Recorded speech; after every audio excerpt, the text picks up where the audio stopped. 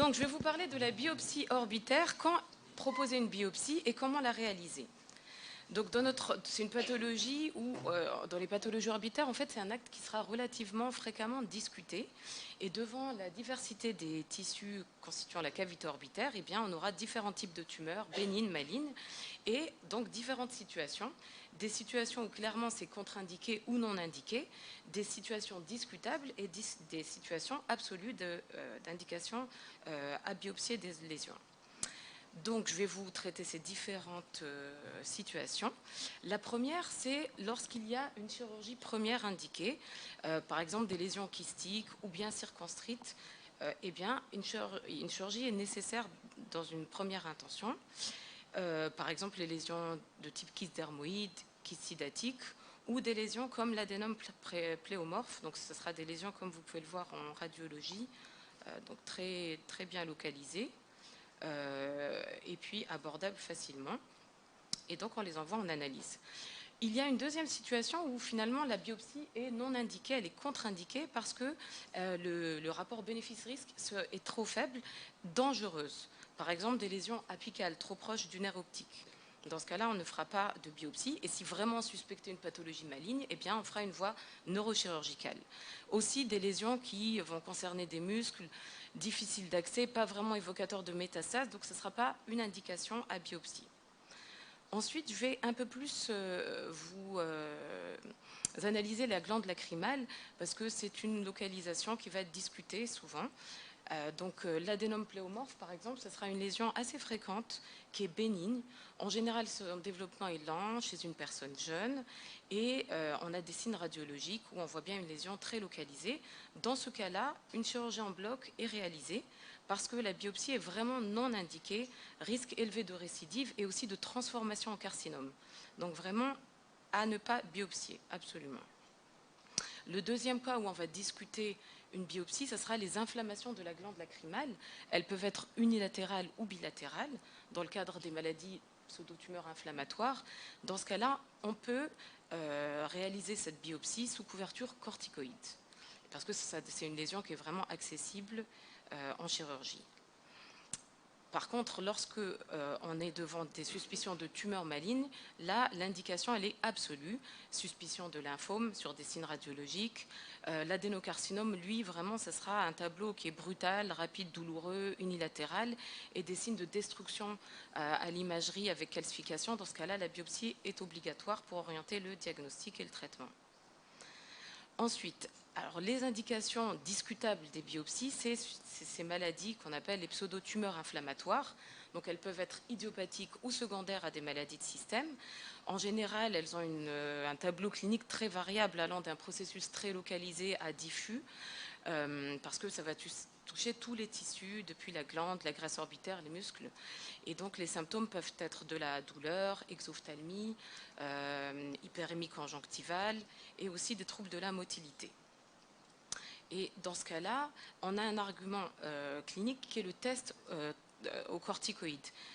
Leur réponse est favorable pour suspecter ces maladies, ces pseudotumeurs inflammatoires. Et bien sûr, la biopsie va permettre de caractériser un infiltrat, mais elle peut être très délétère parce qu'elle va exacerber les signes inflammatoires, donc toujours sous couverture corticoïde. Et dans ces pathologies, eh bien, on va réaliser des biopsies lorsque la présentation clinique est atypique, chez des patients qui n'ont pas répondu aux corticoïdes, et lorsque la tumeur est accessible, comme la glande lacrymale, toutes les indurations palpébrales palpables. On va également la proposer systématiquement lorsqu'elle est associée à une sclérite ou lorsqu'on suspecte une maladie de système, comme la sarcoïdose ou d'autres types de maladies auto-immunes ou systémiques. Voilà, et la dernière situation où on va indiquer absolument une biopsie, c'est lorsqu'on suspecte une pathologie maligne, parce que ça va nous aider à confirmer le diagnostic et orienter le traitement. Donc les suspicions de lymphome, c'est assez important en pourcentage de tumeurs orbitaires, les métastases et les tumeurs infantiles comme le rhabdomyosarcome et les leucémies. Donc la biopsie est vraiment urgente. Alors, comment procéder? En général, l'approche chirurgicale palpébrale est la plus fréquente, donc c'est les voies d'abord classiques, chirurgie du pli, voie conjonctivale. Dans certains cas, on va proposer des voies neurochirurgicales si vraiment on suspecte quelque chose de malin. Et en opératoire, il est important d'avoir une bonne connaissance de l'anatomie, car certaines structures nobles ne doivent pas être sous tension avec des tractions excessives. Donc on doit vraiment protéger le globe et le nerf optique. Pour réaliser une biopsie, on doit prélever un morceau au cœur de la lésion, l'envoyer dans le formol pour la plupart des situations, pour un examen histopathologique et immunohistochimique. Et dans certains cas de néoplasme chez les enfants, on va l'envoyer frais, car ça va permettre de réaliser de la microscopie électronique et d'autres études biomoléculaires. Donc, comme je vous disais, pour la chirurgie, en général, on va faire les voies d'abord palpébrales classiques. Ces voies d'abord sont vraiment faciles, simples, avec une faible morbidité. Elles vont suivre les lignes du visage, donc elles vont avoir peu de cicatrices visibles. Mais en général, ça sera indiqué pour des tumeurs assez antérieures, pour que ça soit accessible.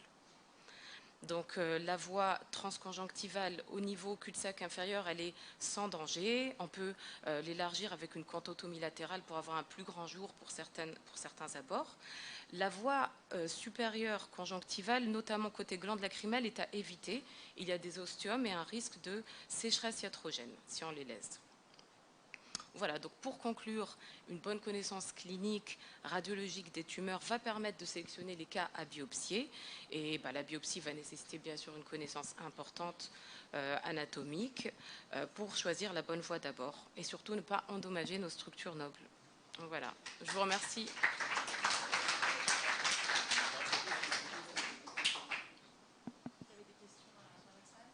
Oui. Oui. Pour certaines maladies, oui. Pour certaines maladies, c'est vrai que ça sera discuté. Pour certaines maladies, on va peut-être le faire, mais le problème, c'est de biopsier sans corticoïdes, ça peut faire des grosses flambées inflammatoires.